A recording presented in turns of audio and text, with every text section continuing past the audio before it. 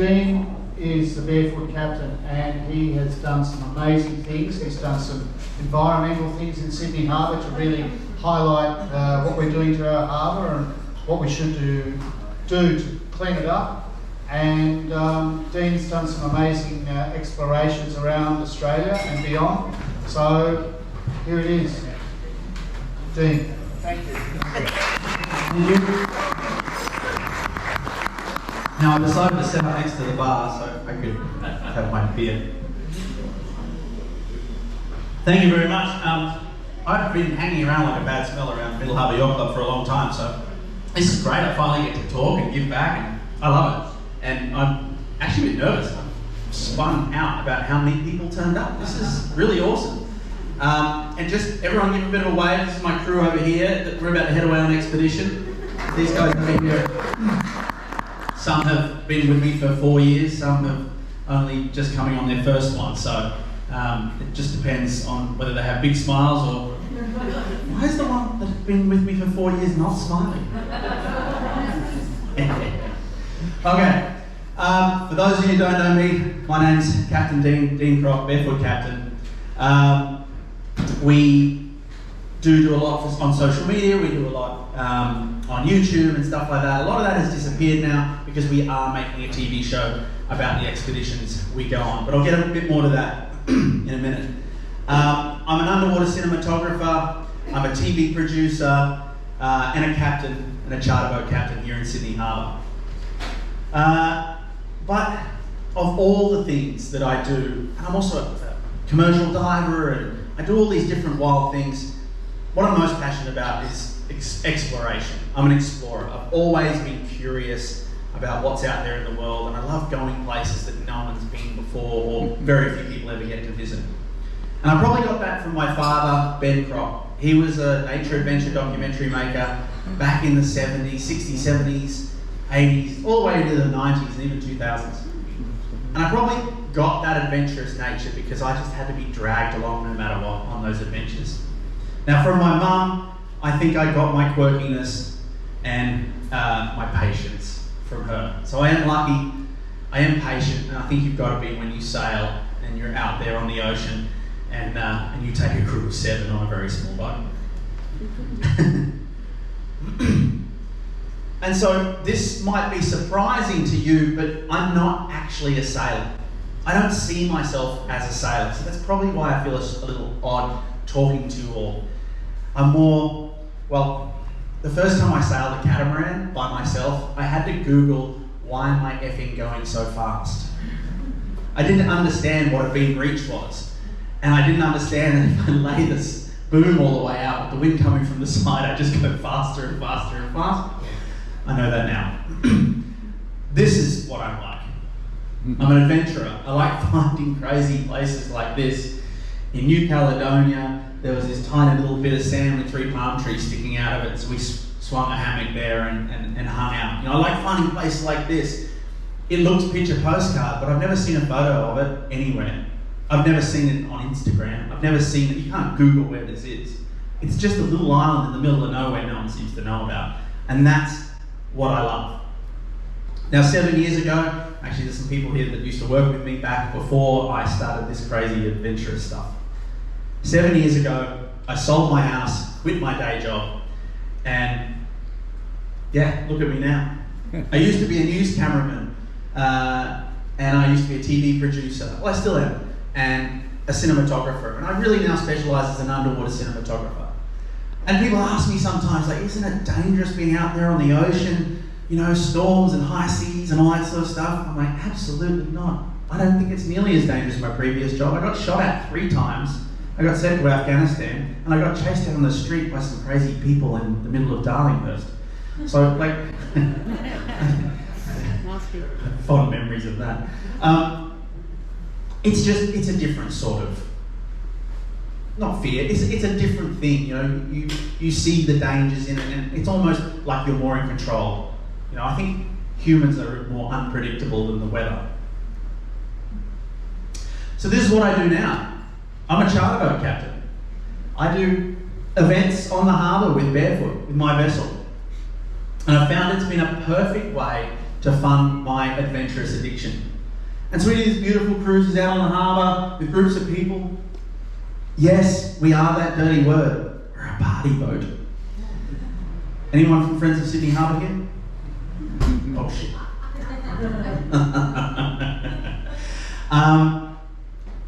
Most of our clients are pretty chill. We have a good time out there, and I accidentally found out I really love looking after people, and I love being out there on the harbour and exploring it.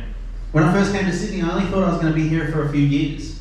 I'm going to work at Channel 7 and do a few things, get my experience up, and then go somewhere else. And then I found the harbour, and I've pretty much not stopped exploring it since. So most of my clients are pretty well behaved. Me, on the other hand, I can't say so much. I'm still a bit wild at heart, and I love to get out there, and some of our events are a little wilder than others. This is Yacht Social Club. We put 8 or 9 catamarans in a circle, and people love it. It's a really, really fun gig. It's high energy, it's exciting, but I have a good time. Well done. But we don't just do charter work on the harbour. We do a lot of good stuff. I love exploring and finding new things, filming things, telling stories about amazing parts of Sydney Harbour. And I do a lot of harbour cleanups. Now, Issa, my partner here, one of her favourite things is we just go diving and we'll clean up North Head, or we'll clean up Manly, or we'll go for a dive in a nice place, and then we'll use the last bit of our air to go clean up a place like Manly. And we just love getting under there and picking all the stuff up. I take it like it's pirate treasure. You know, oh, what's this interesting thing? This thing and this thing. I found phones and GoPros and credit cards. None of the credit cards ever have money on them. And so last year, a group called Zero Co called me, and I had done a little bit of work with them, and they said, "Have you got any crazy ideas?" I said, "Yes, a few." And they wanted to do a cleanup, and I said, "Well, I reckon I could survive underwater for 24 hours, cleaning up Sydney Harbour. I know plenty of places that need cleaning up." And so that's what we did. We put this crew together, and we live streamed a 24-hour dive. I stayed underwater for 24 hours back in March 21. And I stayed underwater and cleaned up around the Opera House, and then around Athol Bay, and Whiting Beach, and a few other places, all the way over to Lavender Bay. So 24 hours underwater all through the night, had cameras hanging off me and lights over me, and I looked like a spaceman. Dive, video streaming service up the top. And I had to be fed underwater with that full face mask on, which is a quirky thing. Later, if you want to ask me questions how that comes out, I can answer that. And we also had a crew. We also had a crew up on board sorting all the rubbish. And so I couldn't have done this by myself, and that's why your crew is really important. And a lot of the guys over here helped in that event, keeping me fed, keeping me sane. Just talking to me was really important at night. Like while I'm cleaning up and stuff, your brain goes a bit weird once you get a bit tired. And just talking to me and having conversations, doing interesting things, kept me sane, kept me under there, and kept me on my job. And that, look, it's one of the coolest things I've ever done in my life. It was something I had in my mind that would be amazing to do, and I'm so glad we had an environmental message behind it. And I was able to stay under there for 24 hours. We're just in talks about doing another one up in North Queensland, so we'll see how that goes. Now, my crew did look after me, except here they are taking a selfie in front of me while I'm half dying on the beach when I came out.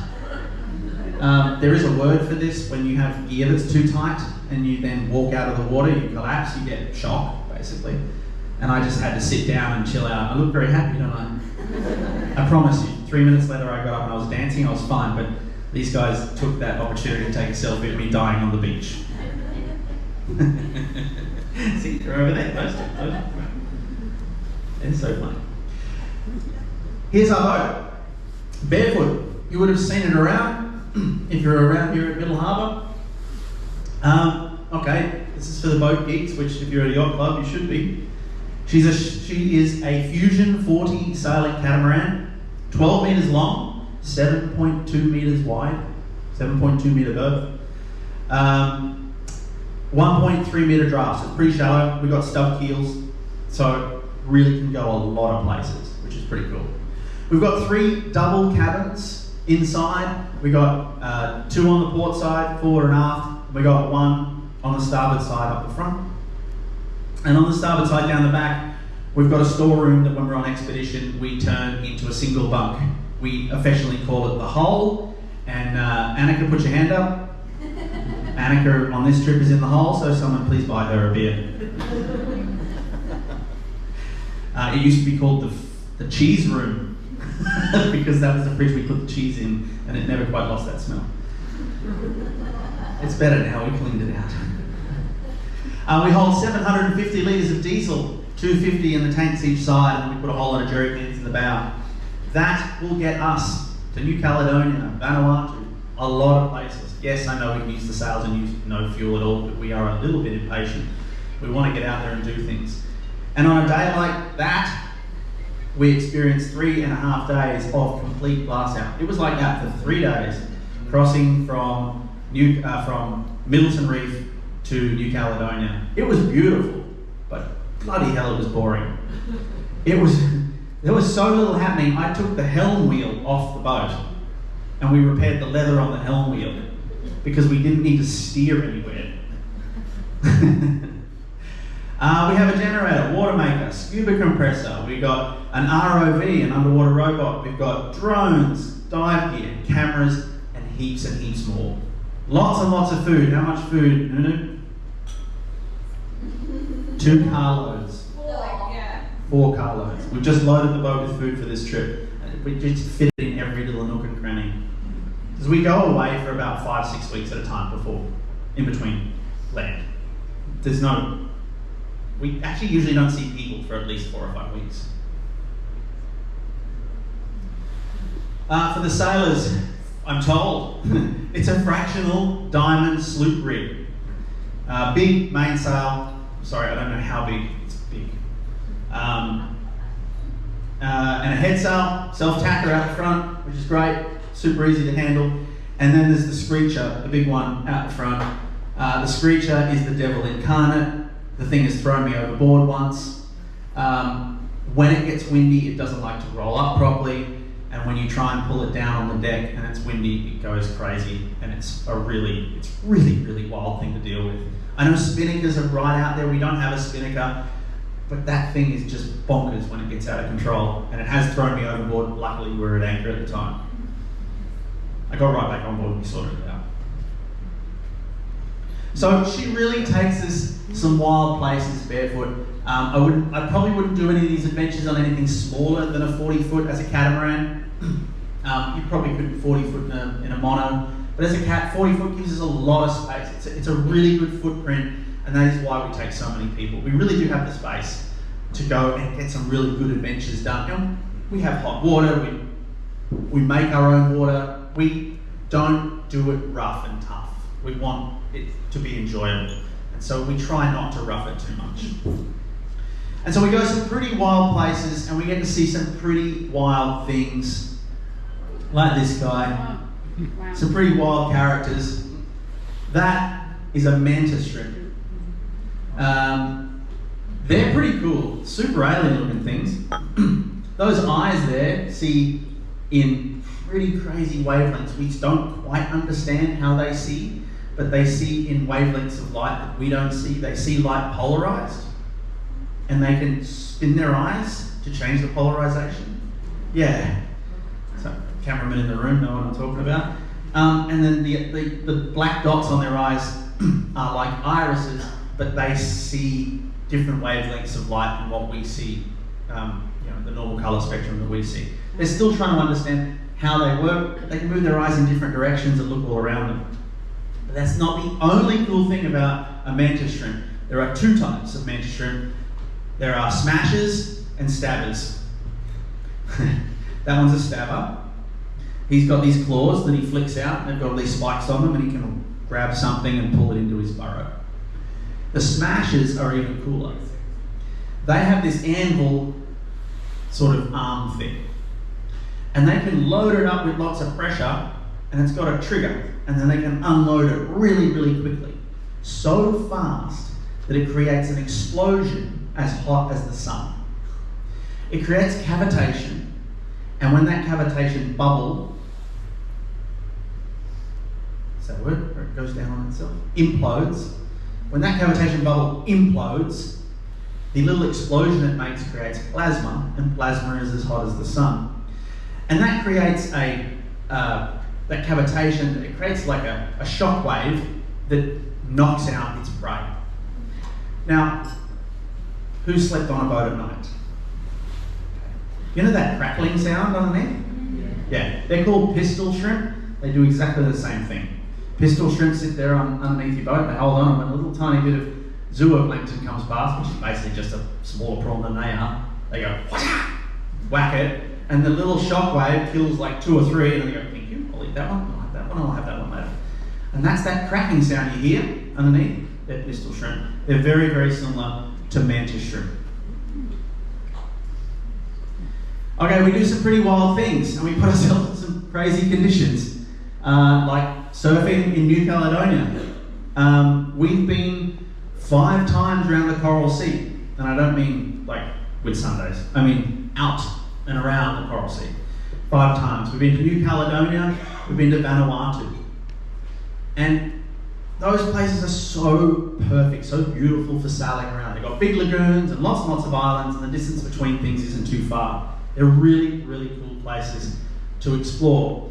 New Caledonia is one of the biggest lagoons in the world. I think it is the biggest natural lagoon in the world. It pretty much encircles the whole island. Really, really easy sailing.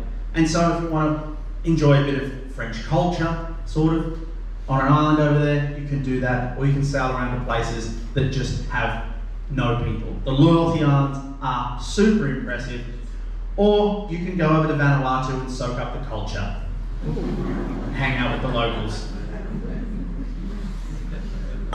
Isa, do you know which one I am?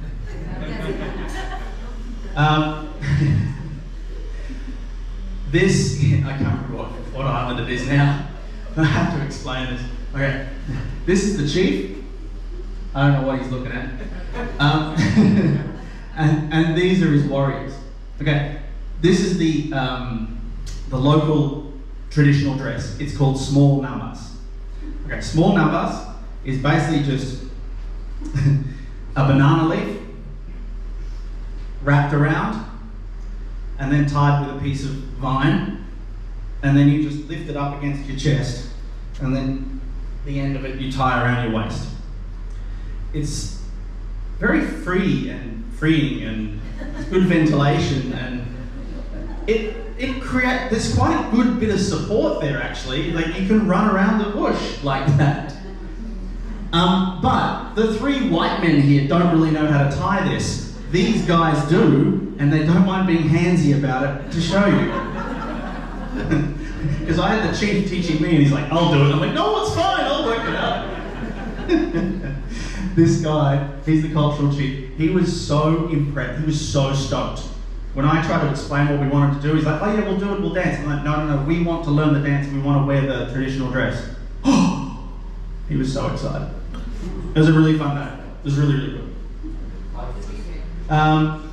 And you only go to these places if you sail there, because if everyone else can get there easily, it becomes touristy and you don't get this same sort of experience. Go there by boat, bring them some shirts and some sunglasses and pens and colouring in books for the children, and they will just open up for you. They love it. So, my main passion and what I still do is underwater cinematography. That's what I really, really love to do. And it's the reason I bought Barefoot. It's the reason I got the boat and wanted to go and explore these places, so I could do more underwater cinematography. So my camera, for the camera geeks here, it's a red Epic, actually now it's a red Gemini in a Gates underwater housing. I use wet lenses, which are actually vintage. They're RS, Nikon RS. Anyone ever have the Nikon RS here? I know what I'm talking about? Never mind. They were amazingly built lenses. They were epic, really, really well built. They were just too good, too expensive. Not many got made, but they are the Very few wet lenses that exist in the world. And then I've got lights as well. And it's a really neat package and gives me a very cinematic end product when I go filming. And much better than just a GoPro or anything else underwater. The cinematic end is what makes the difference of what we film in the TV show we're creating. And the other good thing about having a big camera is it really comes in handy to put between you and the talent you're filming. And so, when a tiger shark comes up to you, you just keep the camera between you and the tiger shark. This is a 360 camera on the top, which is just showing the way she comes in close to me. Now, a tiger shark like this is inquisitive of me, just interested. But the way it wants to test what I am is it's trying to flip me over like a turtle, trying to get up underneath me and maybe have a little taste. So this is a sort of 2.5 metre tiger shark that we see out in the Coral Sea, well, semi-regularly. Is this Tony? Yeah, it's Tony. So we gave them all names with a T. We thought Tony was a boy, but then we worked out that Tony was a girl, so it's Tony with an I.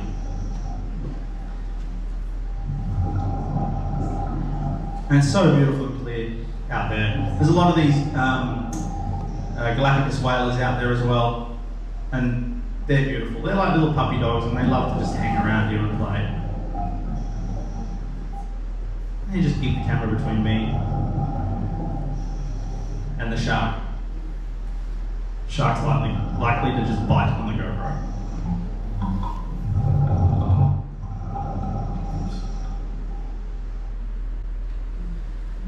So my other passion is adventure. That's Cato Island, and we've got inside the lagoon, which is a feat in itself. When the TV series comes out, you'll see it's quite difficult to get into that lagoon. So my other passion is adventure, and I really love just finding places where there's very few people. Finding places where there's nobody. Finding the places on Google Earth that are blurred out. They're my favourite. Because then you know nothing. And you get there and it's all new. And they're the places people don't visit. If people can't find enough information about a place, it's a bit too unknown, don't often go there because it is too unknown or it's dangerous. The number of places I go that are written up in a sailing magazine or a sailing journal as dangerous because someone sailed past it, looked from a distance and gone, I don't like the look of that. It's dangerous. It's amazing how many places are labelled with that actually have a good anchorage inside or are good in certain conditions but not others, but have so much to offer in adventure and new things to find or underwater animals or things like that. Now, sometimes when we're out here, we are so far from land that the astronauts on the International Space Station flying overhead are closer to us than any other humans on Earth. And that's a pretty cool thing to think when you're out there, that they're closer than anyone else. And you only really get that remote ever on the ocean. But you have your crew. You do have your crew with you. And that's 7 of us sailing along on Barefoot. And we must have only just left Sydney because we're all rugged up and cold. And that's the other reason why I get out of here this time of year. It just gets too cold for me. I'm barefoot, I don't wear shoes, and it just gets too cold. I need to go north. Okay. Who sails? Cool. Who sails offshore? I mean, going 24 hours plus. 24 hours from land plus. Okay, not many. Who sailed to the Whitsundays? Who took the inside passage? Who's taken the outside passage? 1, 2. Oh, outside passage? You mean outside Fraser? And No, that's not the outside passage. Oh, you mean the outside? Yeah, not going in through Tin Can Bay. yeah. That's cheating anyway. Yeah. Outside Lady Outside. Musgrave. When I mean outside, not inside the Great Barrier Reef. So I'll rephrase it. Who's been who's gone to the Whitsundays inside the Great Barrier Reef? Inside. Yep. Who's gone outside the Great Barrier Reef to the Whitsundays? Little bits.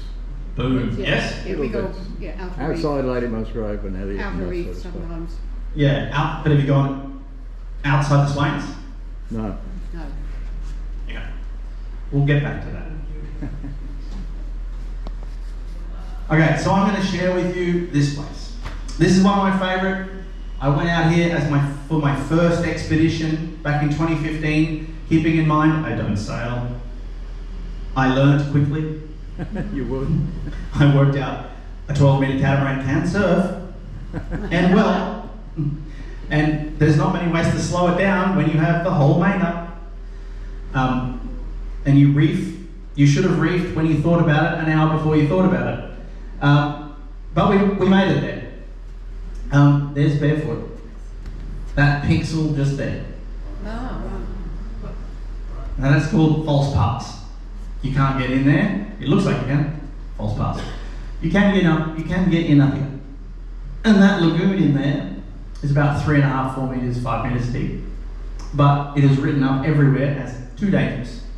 That's where most people anchor, up there. And there's not a heap of shelter.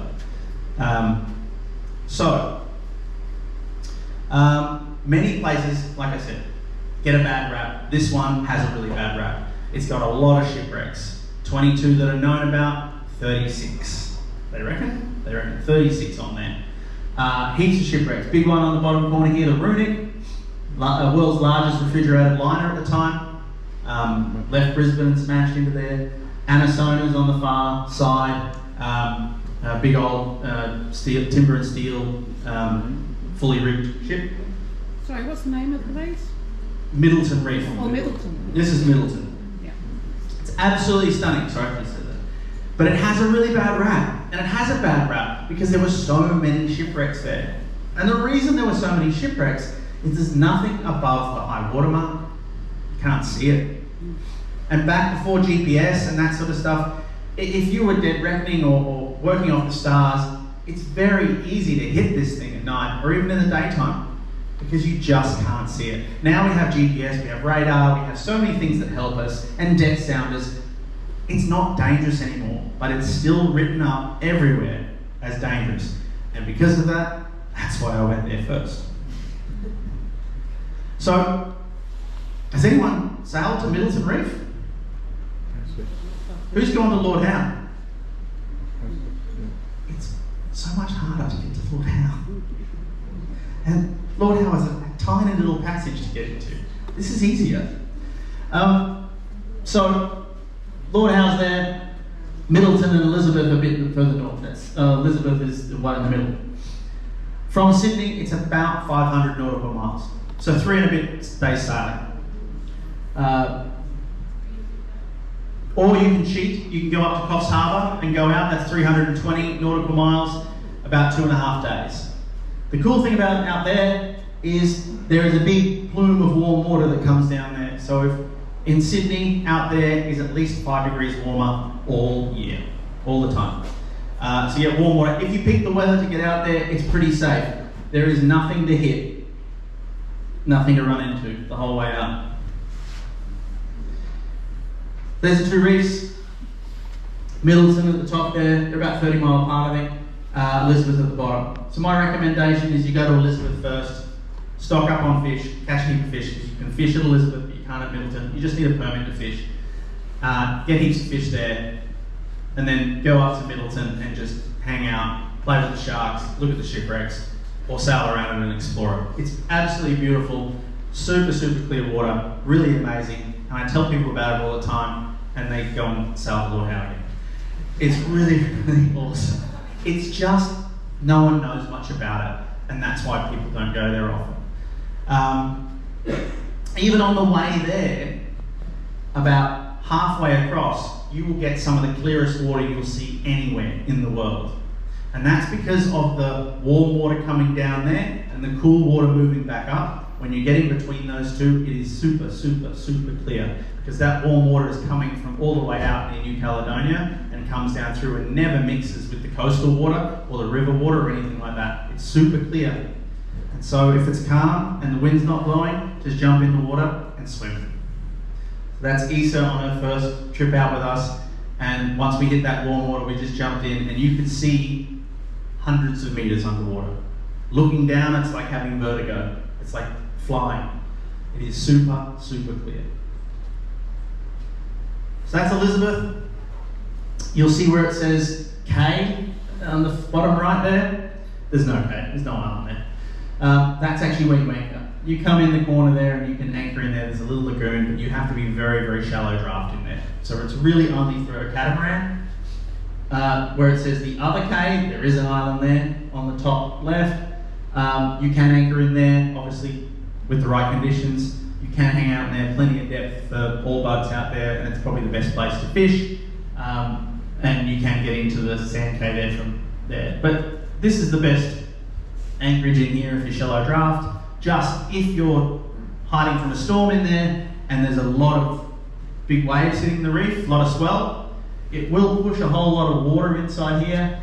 This is the plug hole, and so there will be a lot of current running out there. So we usually put 2 anchors out if it's going to blow and there's going to be big swell, because you will have 2 to 4 knots running under the boat and then the wind as well. So you do need to anchor really well. But that's if it's rough. If it's not, you can just sit inside there, and it's really nice. Middleton has the better anchorage. So you've got the Runic over here. We found an explosive ordnance around there just recently, and so did someone else. And they told Marine Parks, and now they've drawn a red box around it, which is really useful, so you can't go anchor there. It's unfortunate because it's a really nice place, but you don't want to drop your anchor on the bomb. We're hoping to get that removed soon. This is a good anchorage in some conditions. This is where most of the boats will anchor. This is where the big fishing boats will anchor out here if they ever go there. No one seems to go in here. It is minimum 3.5 to 4 to come in here. It's in daytime, it's pretty easy to see where to go. You come in here and then turn the corner, and it's pretty easy. There's light blue on this side and there's dark blue in the middle. You just stay to the dark blue and you'll have 4, 5, 6 meters, and there's enough room to anchor in here. There's a couple of bombings further up here as you go along, but if you just come inside before the first main bombing and anchor, you saw those earlier shots. You'll see some vision in a minute. It's just perfect, light blue, clear, gorgeous, sandy bottom. And you can sit in there in most conditions. We've had 38 knots in there and been quite comfortable. This reef and the nor'east horn catches most of it, and yeah, we don't really have too much problems in there. The Anisone is really interesting to walk around. It's like a flat pack ship now. It's like IKEA made it and flat packed it. And the Runic has a little bit left. Runic's a great swim. It's a really, really interesting swim around there. But the really cool thing about Middleton Reef is it is just chock-a-block with sharks. They are everywhere. The whalers, the Galapagos whalers out there are everywhere. And they're just like puppy dogs. They'll come around and they'll sniff your leg and hang around you, and they're everywhere. They are not dangerous. It is a really, really safe place. It is really safe, really interesting, and really exciting to explore. Okay, I have something special for you, and a lot of these guys haven't seen this yet either. This is a piece out of our TV show. It's going to be called Blue Water Safari. We're in post-production now. I don't know where it's going to be aired yet, but we're almost finished 20 episodes from the last couple of years of expeditions. It's really exciting. I'm so excited to get this out there because, as well as being an adventurer and a cinematographer, I'm also a storyteller, and I love to share what I find. Just like this, telling you how amazing this reef is, that you should go visit it. I love to share the adventures I have, and there's no better way than getting it out there on the screen. You know, social media is great, but on TV will really reach a lot of people. And I always feel that the more people I can show these beautiful places, the more that might get that appreciation, or take on some of that appreciation that I have for the coral sea and these beautiful islands and coral reefs that are out there, and they'll care, they'll give a shit to protect them and do things to help the earth and the planet, the world and the climate, if they see this and go, wow, there's places like that, I never knew that existed. All right, Here we go.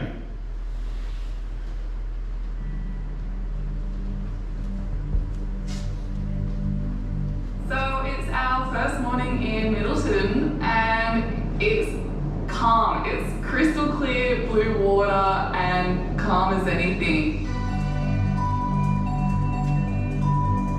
There's not a single soul in sight except for our little family on board, and it's just a really nice time to get away from all the mayhem and really strip it back to what's natural. I want to see the sharks. I've been dreaming about my little sea puppies and I want to explore some more wrecks. I want to kind of get to know a bit more of the history and see what it's all about. We are surrounded by the carcasses of ships just scattered over the shallow reef, completely surrounding this lagoon. And it's really wonderful to get to know the history of these ships and why they crashed here and what happened to the crew and what remains in the sun that's just bleaching and rotting and rusting. So it's one thing to be able to see the shipwrecks from above when we cruise over the top of them, and that's really so we can figure out which ones we want to go and see a little bit more close up. Today, we're going to go and see the Runic. The Runic smashed on the Middleton Reef in May of 1961 while travelling from Brisbane to New Zealand. But by some miracle, all 69 of her crew survived, and they were rescued just days before a cyclone hit. That sealed her fate. Now we can get up close to it, because usually the waves are going on the hull and the boat's moving and everything's a little bit crazy. You're not really sure if the anchor's going to hold where you want it to. And out here you really want to be as safe as you can. So today, because it's so calm and smooth and beautiful, we're able to take the dinghy right up to it and we can really get amongst the shipwreck, get amongst this dead thing that still leaves some tales to be told by us going there. For we're the ones to tell the tales. My father came here and he was just taken aback by the beauty of this place and always shipwrecks. This treasure hunting thing is in our blood. We can't shake it, we love it. And I want to explore the whole place. I want to go everywhere, I want to check all of it out. It's not the smallest reef to swim around though, it's pretty long. It's just a place of wonder, it's a place of unknowns, and it's got a really bad reputation, so nobody comes here. It's a very eerie and beautiful landscape and place to be, to explore. The fish, love living in and around these shipwrecks, and the birds, the seabirds that here it's the only thing they have to perch on and live on. Yeah, they're all rusted and decrepit and slowly decaying. It's really awesome to see what happens to stuff when it's just left out here, and I cannot wait to check out underneath and go have a little swim.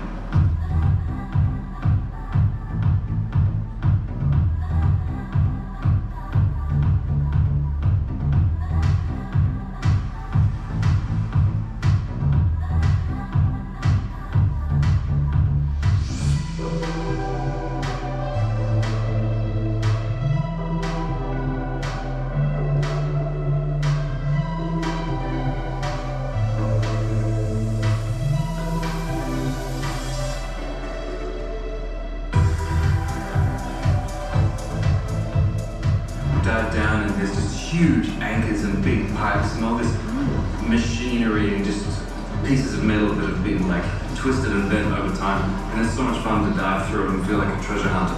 We saw massive rays, we saw a huge black cod, really big fish, all the other different types of fish as well, so many different colors. It's so beautiful down there, and all of them are so inquisitive because it's a sanctuary here that the fish come right up to you. They've probably never even seen another human being before. They come right up to you and they feel like little puppy dogs. And the creatures here behave so differently to anywhere else because they're so not used to human contact, which is a pretty wonderful, unique experience. The sharks and the fish are really curious about you because they're confused. They're not habituated, they're not used to having, groups of tourists around them. They're just, quite friendly and it's wonderful to have that experience to swim with these creatures that are, you know, curious and gentle and also a bit wild. You know, it's not all roses. There are apex predators out here that we need to be aware of, like tiger sharks. So we are in their home. We are visitors here. This is their home. So we have to respect that. But with gratitude, it's beautiful. It's really beautiful. It's incredible. I never knew my new favorite thing would be swimming with rusty stuff and fishes. It's amazing. The shipwreck is just amazing. It's really crazy to think about how over so many years it's just slowly eroded and rusted. And not only that, but like swimming around it is just tropical fish everywhere. It makes it look really beautiful though, like this old man-made structures and these beautiful tropical fish that have decided to make it a home now.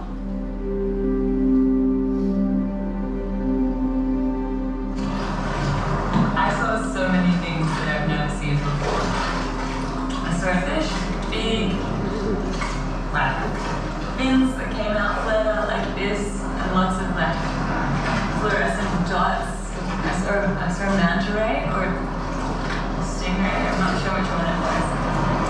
There were these really long needle nose sort of things. There was one fish, it kind of looked like a starfish, but it was moving like an octopus, and I picked up a rock and it was under there, and I crept away when I picked up the rock, and I kept picking up the rocks and kept creeping back under more rocks. The fish here are of tropical varieties, so they come in all sorts of different colors and shapes and sizes. And there's so much treasure that's down there. There's so much copper that looks golden because it's been rubbed clean by the surf and by the cyclones in this area. Super vibrant, like really colorful, and all different kinds. While you can be easily distracted by the beauty and wonder out here, danger does lurk. Middleton is famous for sharks. You always have to keep your wits about you. So for me there's this like buzzing excitement that is happening all the time.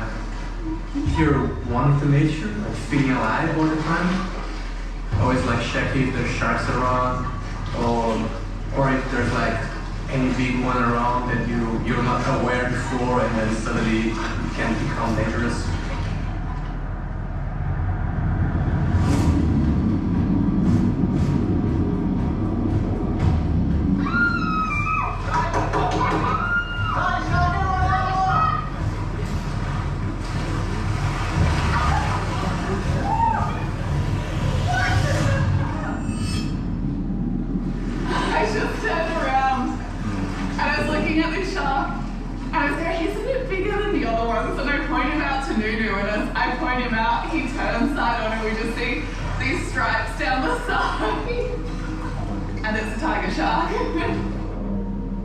Tiger sharks are really dangerous. I told everyone out of the water, everyone get out right now. And I hung back near the boat and he came right up to me a couple of times. We got some really good shots, but they're definitely a whole lot scarier. He's a good 3 or 4 times the size of all the other sharks. He's probably 4 meters long, 3 meters, 4 meters long. That shark could definitely kill you. No messing around. He could absolutely kill you.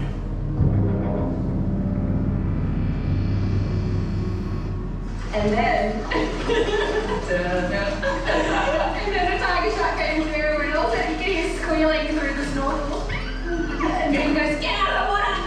Like, calmly swim back to the boat as quickly as he can. That was awesome! So cool. That was the one thing I really wanted to see, a tiger shark. So that was really beautiful. That was awesome. That was really cool.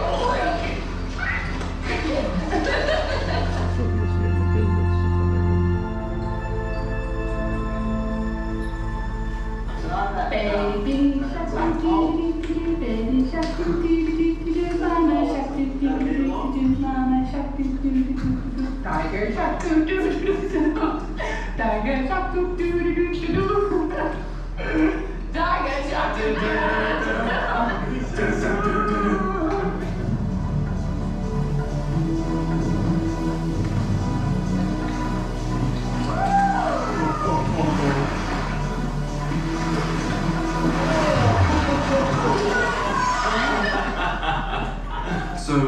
had a 3.5 meter tiger shark come up to the back of the boat and just munch on the back of the boat, and the dinghy outboard, and the dinky rope. Basically, it was chewing everything that it could to see what was edible. Having a tiger shark bite the back of my boat is a big first for me. That was a really intense thing to happen.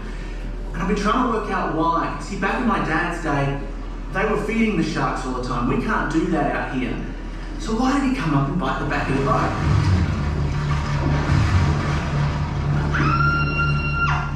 Well, all the excitement of us swimming around and splashing around with the whalers, then getting up on deck and stomping around, they can hear that underwater. We even saw him have a go at the propeller underneath the boat, the big steel propeller thing. I don't know, maybe they look like flippers or something like that. And as he came around the back of the boat, one of the bilge pumps in the engine room started up. And that was enough that he wanted to have a taste. He wanted to find out what this big thing was, and he had a bite of the back of the boat. And that's the thing about tiger sharks. If you're in the water, he may not necessarily want to eat you, but he wants to taste what you are. He's inquisitive. And a tiger shark having a taste of you, having one bite, would be fatal out here. Everyone was a little bit excited at the first instance, because it's always exciting to see a tiger shark, but then we started realizing how dangerous it was, because this meant we couldn't go in the water anymore in that spot, because the tiger shark would be there waiting for us, having a go at our flippers. I think tiger sharks are beautiful, gorgeous. I might not like them as much as I do right now if I was in the water with them. Well, that's totally shut down diving for the rest of the day. It is way too dangerous.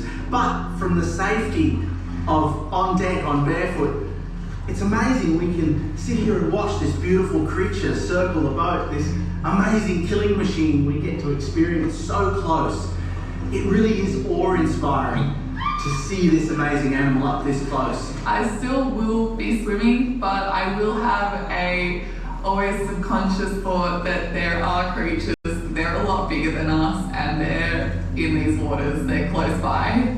There is so much more for us to explore here at Middleton, so I really hope my crew can get up the courage to get back in the water tomorrow. And yeah, we have to share the ocean with a huge creature like that tiger shark every day.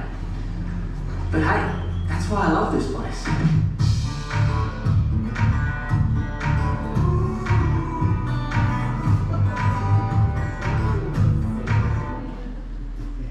Well done. Told you it was safe.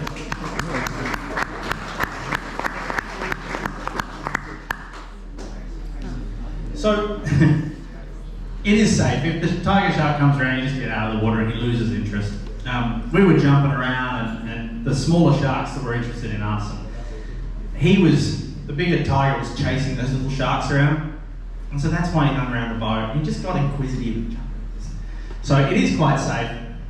We obviously make it a bit dramatic. But if a shark like that turns up anywhere, you just get out of the water and he'll lose interest, take off and you get back in. So we do get to see a lot of, well, some deadly critters as well. There is sea snakes in the northern part of the Coral Sea. Again, they get a pretty bad rap. Yeah, they're super poisonous, more poisonous than any land snakes, but they are pretty chill, they're pretty docile. As long as you don't grab hold of them and mess them up and kick them around, they're going to leave you alone. They are inquisitive, they will come up to you, maybe lick your mask or lick your ankle, which is very unnerving the first few times. Look at the uncomfortable position she's in now. Yeah, well, sea snakes don't make everyone so happy. But they're pretty cool, and just enjoy the interaction with a sea snake. You know, it's pretty cool that this little creature wants to come and check you out. And we also explored, look for shipwrecks. That's what I'm addicted to, is chasing around shipwrecks. That's plenty of Japanese longliners dotted all over the Coral Sea that you can go and explore. And that one got its bow ripped off and flipped upside down in the middle of the reef. It looks really cool, actually. That's out of Mellish, which is probably 2/3 of the way to New Caledonia. It's a long way out, that one. And then one of our favourite is manta rays. Now, manta rays are like underwater spaceships. These things cruise around effortlessly. They're filter feeders, they're closely related to sharks. They're not going to hurt you, made of cartilage, but they think that these guys are so intelligent, maybe more intelligent than even dolphins. Dolphins are jerks anyway. They are super, super intelligent and possibly have social structures and all kinds of things we have no idea and we can't understand because we've never had them in captivity. So we really have very little understanding of them, and we don't know where they go. We have some that are resident in certain parts of the world, certain islands and things like that, but we have oceanics that pop up someplace and disappear others. So just like the whale sharks, we just have no idea where they go sometimes. Now, I hear all the time, oh, you've got the best life, you're so lucky. I hate the lucky part because, you know, luck's what you make. And, oh, I wish I could do that. I wish I could do what you're doing. Usually followed by the reasons why they can't. You know, they can't go and follow their adventures and dreams because of these things. Oh, I've got a house. I'm like, okay, that's fine. You can sell your house. I did that. Or you can rent your house out if you don't want to sell it. You probably get really good money here in Sydney at the moment. Probably paid for a lagoon, 56 or something, with the rent you get in Sydney. Oh, I've got kids. I'm like, okay, sell them. No, take them. Take them when they're young. I had no choice but to follow my parents around. They dragged me from here to there and everywhere, and I did some school, you know, by correspondence and things like that. And before kids get into high school, it's really, really easy to get correspondence and do all that learning. And to be honest, you learn a whole lot more from the school of real life out there on the ocean. You understand about survival, looking after yourself, consequences for your actions, all those sort of things. You really learn that out there on the ocean because it's obvious to you. It's right there in front of you, and it's an experience that will lift them up. They'll be older beyond their years and remember that all their life. Survival, respect for the environment and respect for the ocean is also a pretty good thing. Pretty good lessons that they'll learn out there. Okay, so who was that sailed the inside passage up to the Whitsundays? And no one sailed the outside passage. So this is what you missed on the outside passage to the Whitsundays. Ali just jumping around the boat, going mental. Whales! Whales! There's whales everywhere! He was losing his mind. Very excited. And there were. The whales were at the bow, stern. They were all around the boat. Can we jump in? There are strict international regulations about how close we can get to whales, but no matter how hyped we are, we cannot approach these massive minkies. Go down. Come on, stay straight down the front of the stay straight there.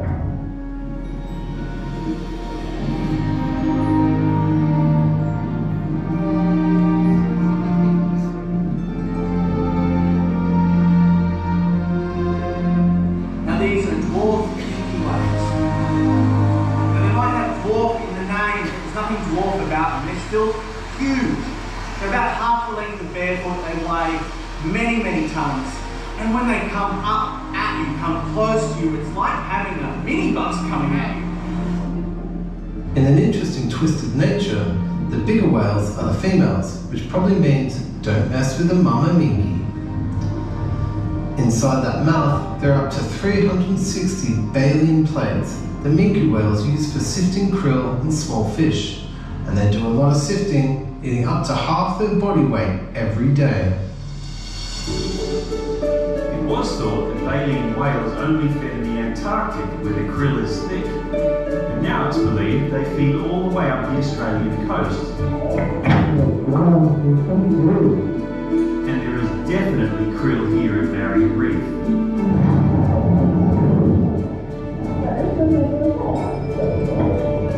So, I dove down and let the whales come to me, and that seemed like the perfect way to do it, because they would come right up to us.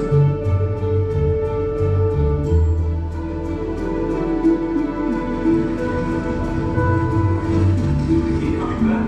They go away and say goodbye, and then all of them come back. They're like, ah!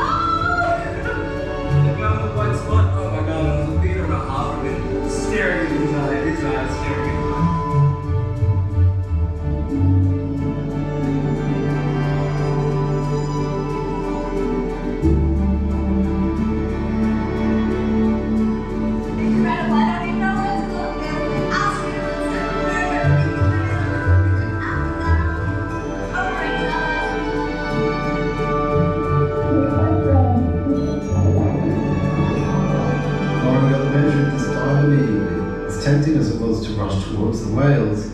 just hung in the water and let the experience wash over her.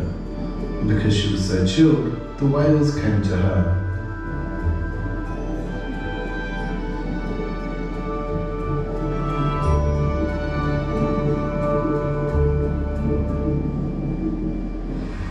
Whales, just around me. The Minkies weren't just interested in us, they were really curious about Barefoot as well. I just hope they don't get too close. A small bump can do a lot of damage. I couldn't believe how gentle they were, how curious they were. They would come right up to you. I'd never swum with whales before, so this was like life-changing moments, life-changing opportunity. I swam with whales for the first time! Oh my god!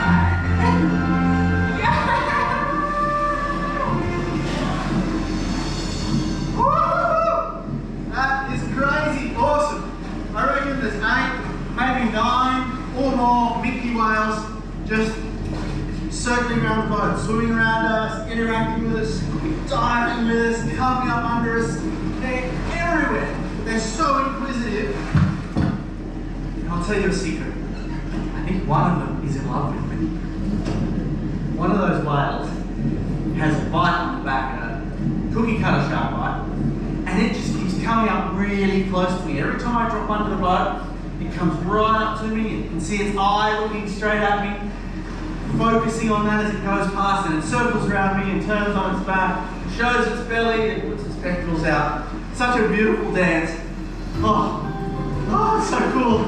There's one there. That's the one that's in love with me.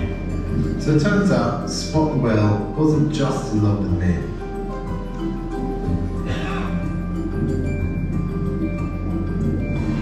One that had like this big spot on his back. He just kept like swimming right up to us and like doing little spins and everything.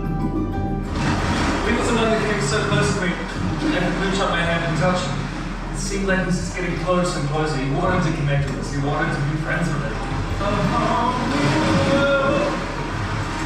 See the eyes and the body, and you're like, oh, can I ride it? God love him, but sometimes Tyler's enthusiasm makes him go a little too far. Luckily not far enough to get a headbutt from 6,000 kilograms of whale.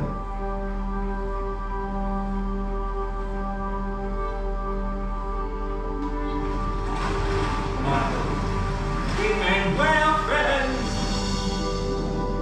That was so cool! That was like a dream right there. That is amazing. It's incredible. I don't know what to say. I'm a bit teary in there.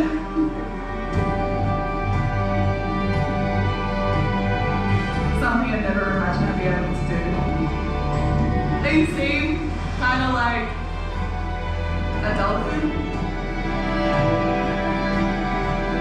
And then as I just kind of sink down and float there and they come straight up to you. I'm just a little dog, they're quite big.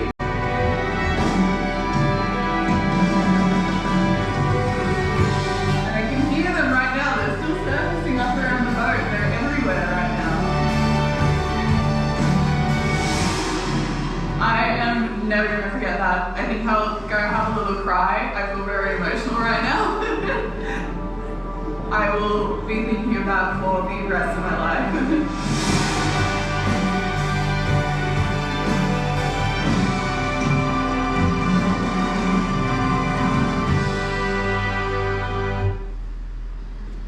How cool's that moment? How cool's that moment when Lauren dances? Wow. I absolutely love that when we were producing it. So eventually, we're almost finished. I've done the voiceover for that part of the episode, but they just haven't laid it in yet. So they're almost finished. So it'll have my voice and it'll be colorized, but some of these guys have never even seen that yet. So you guys are the first public to see those bits, those sections of our story, of our expeditions. I just realised that next time I do a talk, I'll bring the sounds that these minke whales make. It is absolutely bonkers. They make this really crazy sci-fi sort of odd, crazy sound. Actually, even better. Get out your phone, go to Instagram if you have it, or your kids' Instagram, and look up Barefoot Captain, and it's on there. You can see that image, play that. They make the craziest, you know that R2-D2 sound you hear in Star Wars? They make that naturally. It's bonkers. When you hear it underwater, the first time I heard it underwater, okay, this is geeky for you. And you'll know this. You know when you tap the rigging and it makes that boing noise, and you're just trying to see if it's loose or tight? They make that sound underwater. So the first time I heard it, I popped up and went, who's rapping on the rigging? What's going on? It's the strangest noise to hear underwater. And sometimes when they do it close, you feel it in your chest. You feel it through your body. And then you know the whale's making it, not anything else. We're almost at the end. We'll do questions at the end if you want. But as I was asking before, who goes up the outside, who goes up the inside? I think because I'm not a sailor, strictly speaking, I just used to sail to get places. I haven't followed the same rules. And yes, I know it's easy to go up the inside, there's many more places to stop, but when I looked at a map, I went, that's a lot of shit to hit. There's a lot of things that move, dodge, and move around. And so I went on the outside. And I went to all these reefs like Saumarez, Marion, Swains, Frederick, Ken. Ken I love. Next time I'll talk about Ken. That place is just crazy beautiful. Problem was, 2020, COVID, I told too many people about it, and we got there and there was 2 other boats. Disastrous. It was disastrous. We had to share it. But going up the outside, for some reason, again, it's written up as too dangerous. Yes, you are a lot further away from help. But there's a lot less things to hit. The weather out there is actually more predictable. It is open ocean, you have further to get away and get to shelter, but there are some pretty sheltered reefs along the way and you can get shelter. You just have to plan well, and then once you're in these reef locations, they're great to explore and you can stay in those safe anchorages. I like it because there's nothing to hit. We just cruise, we get to another place and we explore that. Now, remember, it's not always about the destination you're going to. The journey is just as important. And sometimes you'll see the most mind-blowing things in the middle of nowhere, sailing along when you least expect it.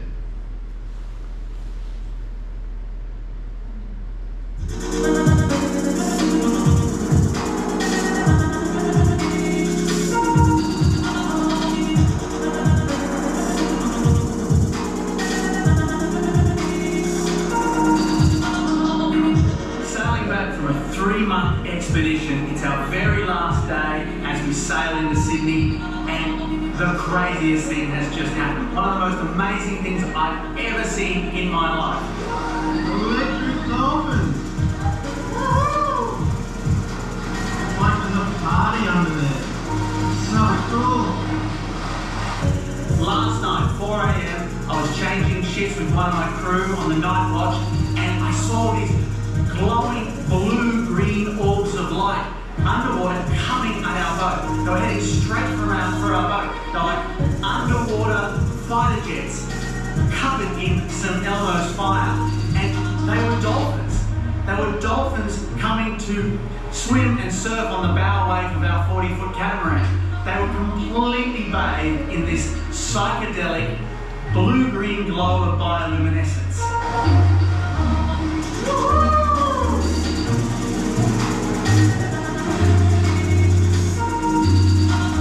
This glow, or this bioluminescence, is caused by microscopic plankton. They're called dinoflagellates, and when they're disturbed in the water, they give off this microsecond blast or flash of blue-green light. And when there's millions of them in the water, they all join together into this eerie, crazy, sci-fi glow. Oh, that is one of the coolest things I've ever seen. That is so crazy awesome. They react to the leading edges of the dolphin, so the rostrum right on the nose and the front edge of the dorsal fin and the pectoral fins. They have this crazy blue edge glow to them, and glowing from the tail is this beautiful star trail of bioluminescence behind them.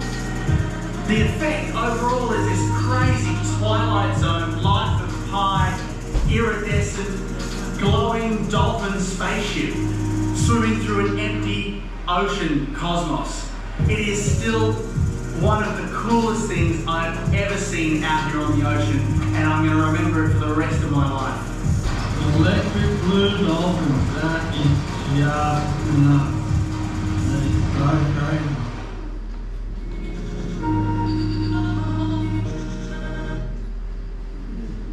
You got it.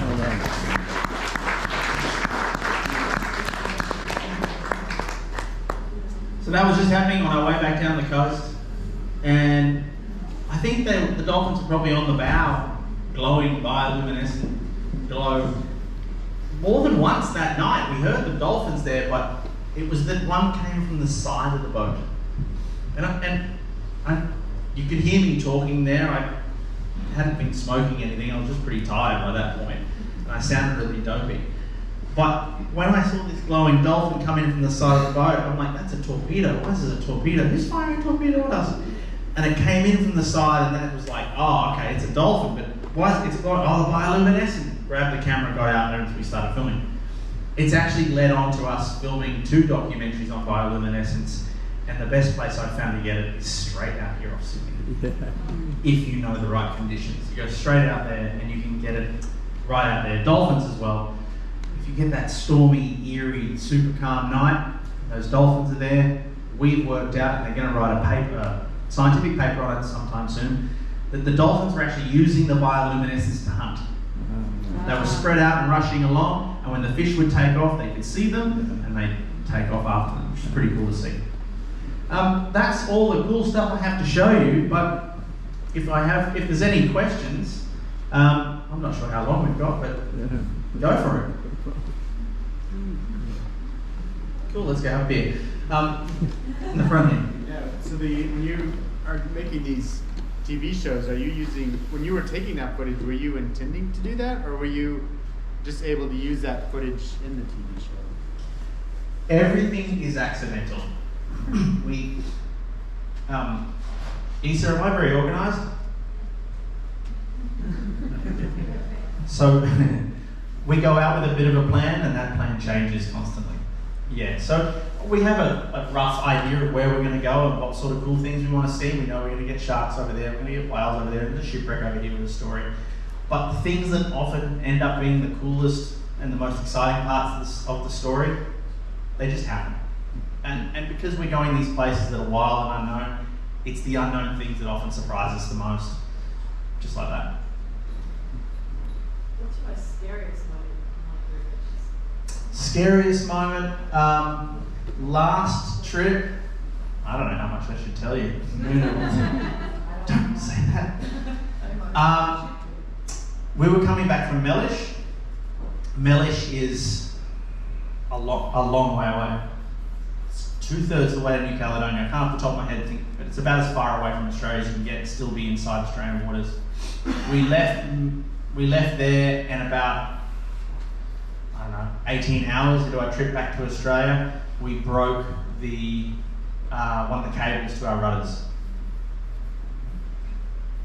But our rudders require both cables. You can't just use one rudder and not the other. And it was in very heavy following seas, very heavy conditions. And we had no steering. We dropped all sails. We couldn't make way at all. No engines, no nothing. And if you can't fix that, get a helicopter out to pick you up, and there's really nothing you can do. I guess we could straighten the rudders up, but it's a really horrible situation. So I managed to get some Dyneema in there and fix it. But I say I fixed it. It probably took me 4 or 5 hours. 4 hours. Hunched over in the engine room, and we had to keep the engine hatches shut because we kept getting pooped. So big waves would come up the back of the boat, flush the back deck, and water would pour in on me and the engine and where I was working on the rudders. It took a many, many hours to fix it. And I don't show it, I don't show stress very easily. And I hear people laughing and that's the stuff, I'm like, you have no idea how serious this is. But I managed to get some Dyneema in there and fix it and make it work so we could get back to port, and I was able to get new cables. But that was a moment where I was like, if I don't fix this, like, you know, there's not much we can do. And it was lucky that we're in the middle of the ocean. You know, if that was to happen close in the Great Barrier Reef, okay, yeah, you can drop anchor, I guess. But if you're in a deep spot, you really have no way of staying away from the reef or an island or anything like that at that point. So that was probably one of the scarier ones. The tiger shark coming up to me was scary-ish, but I was handling the situation. Oh yeah, I remember the scariest moment. Do you want to tell it? Give it to me in 4 words. Kissed by a shark. So Annika was swimming. We finished filming and we were just hanging out at Fitzroy Island. And they're like, can we swim to the island and go do this? I'm like, sure, go. I was doing paperwork and whatever, exciting captain stuff. And we hear them screaming. Screaming. And I'm deckhand Silk. I'm like, what's going on? Where are our crew? Oh, they're down there somewhere. Oh no, they're on the beach, they're screaming. I think Emily got hit by a jellyfish. Like, oh crap, whatever. So we get the gear together and start to go in and we can see blood on the beach. She got bitten by a pig-eye shark on the leg, and then spent a couple of months in recovery and stuff like that. It's a story that is in the TV show that you'll see. It's pretty harrowing and wild.